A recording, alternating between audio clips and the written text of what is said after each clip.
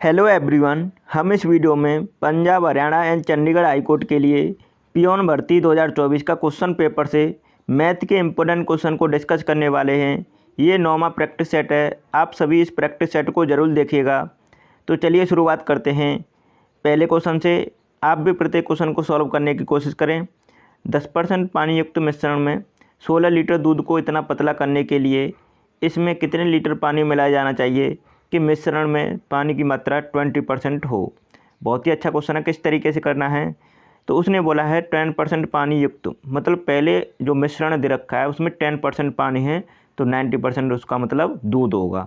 तो पहले रेशियो निकाल लेते हैं हम वाटर और मिल्क का। तो वाटर और मिल्क का रेशियो निकालेंगे हम। तो हमको पता है अगर 10% पानी है तो 90% होगा उसमें दूध।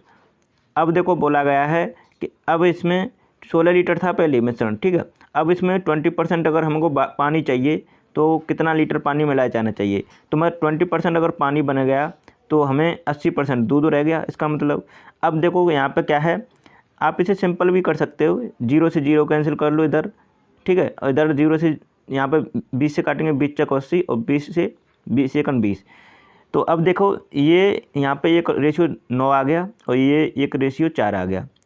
अब पता है आपको, देखो यहाँ पे वाटर तो मिलाया गया है तो वाटर सेम नहीं होना चाहिए। यहाँ पे एक रेशियो 1 बता रहा है तो इसका मतलब कहीं न कहीं अनुपात गलत है। यहाँ पे देखो 9 है और यहाँ पे 4 है, जबकि दूध का रेशियो सेम होना चाहिए। पहले दूध 9 था तो अब भी 9 होना चाहिए था। तो हमको अब देखो सेम बनाना चाहिए दूध को। तो हम दोबारा से इस रेशियो को वो करते हैं। तो यहाँ पे देखो हम 4 से मल्टीप्लाई कर दें तो 9 तक 36 हो जाएगा। यहाँ 9 से मल्टीप्लाई कर दें तो 9 तक 36, मतलब दूध को सेम हो जाएगा डैम। अब यहाँ पे देखेंगे वाटर बदल जाएगा। तो चलिए देखते हैं यहाँ पे देखो वाटर कितना हो जाएगा। 4 से मल्टीप्लाई 4 हो जाएगा, यहाँ पर 9 से मल्टीप्लाई तो 9 हो जाएगा। अब बदल गया ना। अब देखो इस रेशियो को दोबारा से लिखता हूँ। तो वाटर और मिल्क का रेशियो कितना हो गया अब ये 4 रेशियो 36 और ये बचा यहाँ पे कितना हो गया, ये हो गया 9 रेशियो 36। अब देखो वाटर तो सॉरी मिल्क तो सेम हो गया और वाटर बदला है, जबकि हम सही बोल रहे हैं कि वाटर कितना पानी मिलाया जाना चाहिए।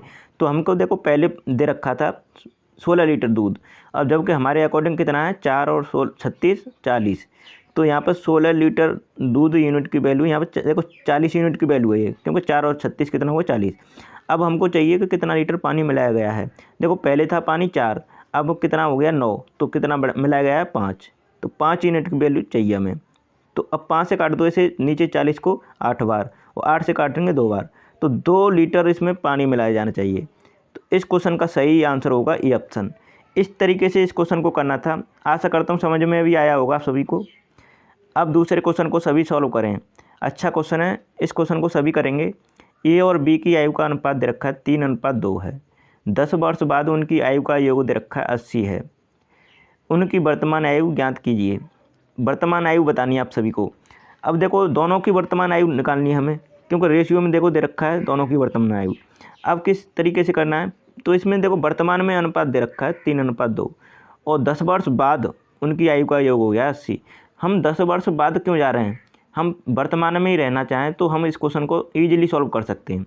तो आप सभी को सोचने वाली बात है, ये 2 लोगों का योग है। अगर 2 लोगों की हम 10 वर्ष माइनस करते हैं, क्योंकि वर्तमान में आना चाहते हैं, बाद में तो मतलब 10-10 बढ़ गई है दोनों की, तो मतलब एक की 10 बढ़ेगी तो दोनों की बढ़ेगी 20। अब 20 ईयर को हम 80 में से माइनस कर दें तो 60 हो जाएगी वर्तमान आयु।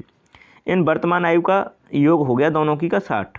अब हमारे अकॉर्डिंग दे रखा है 3 और 2 5, तो ये 5 यूनिट की वैल्यू है। अब हमको चाहिए उनकी वर्तमान आयु अलग अलग। तो देखो 5 से यहाँ पर 3 से मल्टीप्लाई कर लो तो 1 की निकल आएगी, फिर 2 से मल्टीप्लाई कर लेंगे तो दूसरे की निकल आएगी। तो देखो पहले तो काट लो, 5 से काटेंगे 12 बार और 12 × 36, 1 की 36 आ गई। तो 36 से माइनस कर देंगे 60 में से तो दूसरे की हो जाएगी 24। तो 36:24 इस क्वेश्चन का करेक्ट आंसर है। तो बी ऑप्शन राइट आंसर है इस क्वेश्चन का। इस तरीके से क्वेश्चन को करना था। अच्छा क्वेश्चन है। तीसरे क्वेश्चन को सभी सॉल्व करें। ये आपको ऑप्शन दिखाई दे रहा है और जल्दी से इस क्वेश्चन को सॉल्व करें। 10 छात्रों की एक कक्षा में औसत आयु 16 साल थी, ठीक है। जब 2 छात्रों ने कक्षा छोड़ी तो शेष छात्रों की औसत आयु 16.25 साल हो गई। छोड़ने वाले छात्रों की कुल आयु कितनी थी। अच्छा क्वेश्चन है। किस तरीके से करना है, सभी इस क्वेश्चन का जवाब दें। तो देखो 10 छात्रों की कक्षा में एक औसत आयु थी 16 साल थी। तो हमको पता है ये 10 छात्रों की 16 साल थी। अब देखो यहाँ पर जब 2 छात्रों ने कक्षा छोड़ दी तो उसमें से बचे कितने छात्र, 8। तो कितना देखो बढ़ गई है, 0.25 बढ़ गई है ना। पहले 16 थी, अगर 16 की अगर वो 16 के निकल के जाते 2 छात्र तो मतलब औसत पे कोई फ़र्क नहीं आता, 16 का ही रहता। लेकिन 0.25 बढ़ी है तो इसका मतलब कम कम के गए हैं वो। तो हम देखें कितने कितने के गए हैं। तो यहाँ पे देखो, यहाँ पर जब 10 छात्र थे, अब 8 हो गए, तो 8 में कितनी बढ़ गई, 0.25। तो 8 मल्टीप्लाई 0.25 कर दो आप सीधा सीधा, तो 25 8 200, मतलब 2 बढ़ गई। कितना बढ़ गई, 2। अब यहाँ पर 2 बढ़ी है कितने लोगों पे, 8 लोगों पे। अब हमको पता है कि वो से छात्र की 2 मतलब 2 छात्र थे, 2 छात्र थे, वो कितनी कितनी आयु के गए होंगे। तो हमें पता है अगर 16 के जाते तो 32 के जाते, क्योंकि 2 छात्र अगर 16 का रेशियो 1 का है तो दूसरे का भी 16 का होगा तो 32 के जाते। लेकिन वो 0.25 मतलब कम के गए, और जो कि 8 लोगों पे छोड़ गए, कितने मतलब 2 कम छोड़ के गए, ठीक है। तो 30 में से 2 माइनस कर दो ना, तो 30 बचा। अब वो दोनों छात्र छोड़ने वाले छात्रों की कुल आयु बताओ, उसने पूछा है, तो कुल आयु तो 30 है ना, तो 30 साल है इस क्वेश्चन का आंसर। अगर आपको समझ में आया तो प्लीज़ वीडियो को लाइक कर दीजिएगा, क्योंकि अगर इस तरीके से आप कॉन्सेप्ट को नहीं पकड़ पाए तो कहीं ना कहीं पीछे रह जाओगे। और इस वीडियो को अगर दोबारा देख लीजिएगा अगर समझ में नहीं आया तो बी ऑप्शन इस क्वेश्चन का सही आंसर है, ठीक है। अच्छा क्वेश्चन है, मैंने सभी क्वेश्चन अच्छे लिए हैं जो परीक्षा में पूछे जा सकते हैं।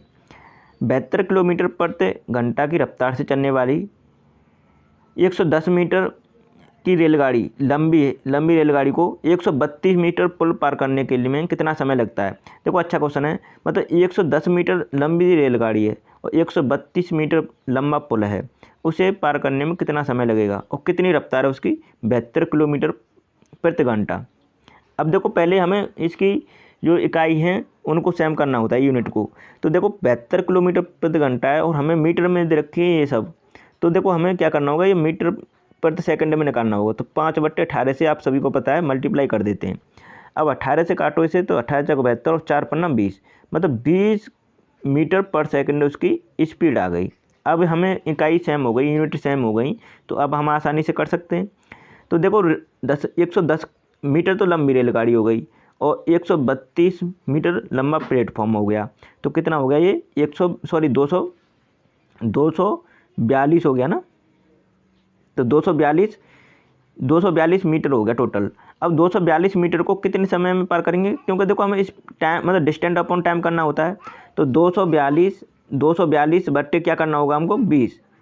अब इसे काट लो तो 12.1 सेकंड आ जाएगा। तो 12.1 किस ऑप्शन में है, 12.1 सेकंड आ गया।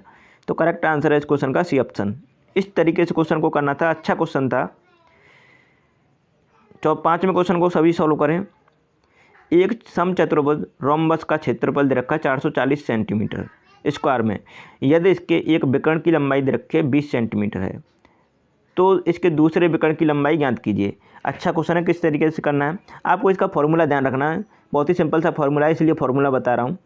तो इसका क्षेत्रफल दे रखा है, क्षेत्रफल कितना दे रखा है, 1/2 और d1 × d2।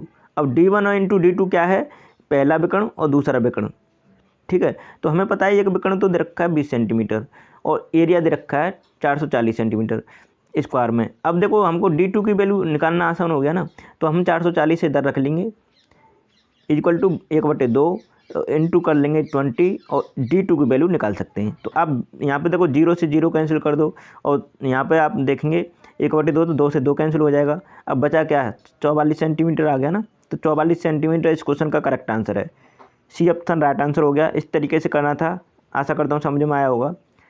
अब देखो 6वें क्वेश्चन को सॉल्व करें, यह ऑप्शन है और जल्दी से सॉल्व करें इस क्वेश्चन को। अच्छा क्वेश्चन है, इस क्वेश्चन को सभी सॉल्व करने की कोशिश करें। 60 छात्रों के समूह में 65% ने अपने लिंग को पुरुष के तौर पर उल्लेखित किया है और 30% ने अपने लिंग को महिला के तौर पर उल्लेखित किया है। तो कितने छात्रों ने अपने लिंग का उल्लेख नहीं किया है।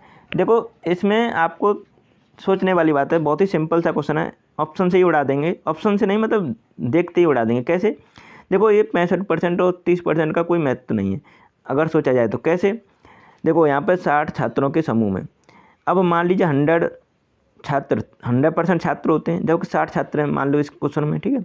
अब उसमें तो 65% अपने लिंगों को पुरुष में और 30% अपने लिंगों को महिलाओं में, तो बचे कितने? 5% ही तो बचे, क्योंकि 65 और 30 करेंगे तो 95। अब 95% इसमें हो गए, दोनों लिंगों में लिप्त हो गए, तो बचे कितने? 5। अब 5% बचे हैं। अब 5% की यूनिट की वैल्यू चाहिए आपको।